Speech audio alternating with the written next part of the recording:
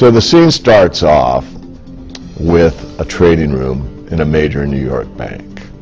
And the main trader screams out and says, everybody hang up the phone and listen very carefully. And the scenario goes like this. Listen, everybody. The Arabs yanked all of their money out of our bank, and it's not just us, it's across the board. Everybody's been hit. So we're going to be scrambling for liquidity. We want it all sold. Fannie Mae's, Freddie Mac's, T-bills, T-bonds, Euro dollars, anything you've got out there, it all has to be sold. We're going to be scrambling for dollars. Bullion, grab whatever you can get and pray. And then pandemonium takes place, and all these trades start going off, and it's just crazy in the trading room. And of course you got to realize that this same scenario is taking place all throughout New York City, the financial capital of the world, and of course London and Zurich and everywhere else, and everybody's selling everything they can to put it into dollars so that they can pay back the Arabs what they owe them, right? Well, as this is unfolding, one of the traders comes up to the desk and she starts explaining to the head trader, you know, that the stock market's already off 10% in a matter of minutes, the dollar's already fallen over 15%, that they yanked the euro deposits that weren't due. I mean, this is just absolute pandemonium. And so then you find this very wise trader, this Wall Street stalwart, if you will, and he just looks at her and she says, and gold just went over $2,000 an ounce. And he says, looks her right in the eye and says, that'll be cheap by tonight. And then he turns around and he picks up the phone and he calls his wife. And he says, honey, it's me, and I'd like you to listen to me very carefully. I want you to go in the closet and get a suitcase and get down to the bank. And then it cuts, and it shows a scene outside of a bank in Manhattan.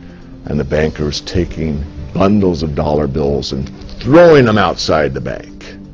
And there's people scrambling and screaming all over. And then it cuts again, and it shows a newscaster.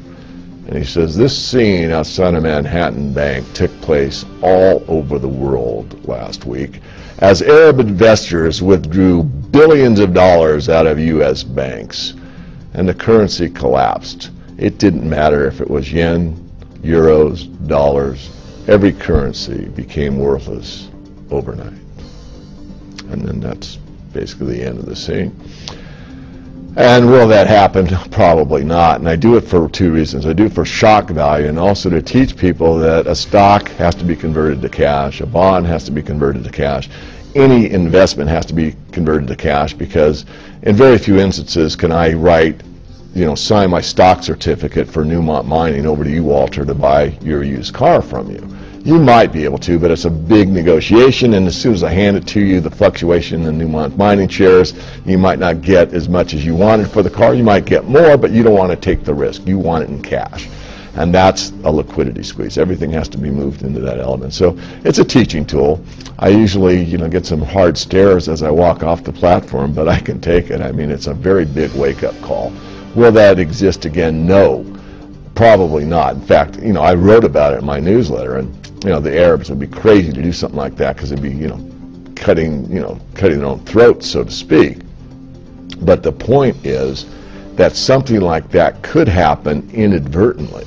It doesn't take all of the money coming out of the bank. In fact, in today's market being so topsy-turvy and so skittish, you might see a major withdrawal of maybe 1% of a fund somewhere that has a compounding effect, especially in an over-leveraged market, which we've been in for so long.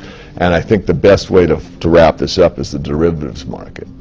When you've got one bank in the United States that basically has a derivative exposure that's in the trillions of dollars, I mean, it basically is so vulnerable to something like this taking place that most people don't even, one, realize that it exists, or two, what the implications are.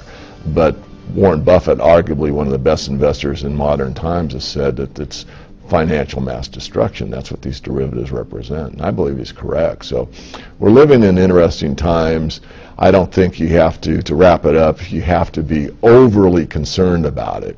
I think you have to be aware of it and informed about it and take it into your heart and what can be your best way to go on with your normal life. And that is, I think, take 5 or 10% of your holdings, put it into real money, and forget about it. Will it take place tomorrow? No. Will it take place? I believe it may.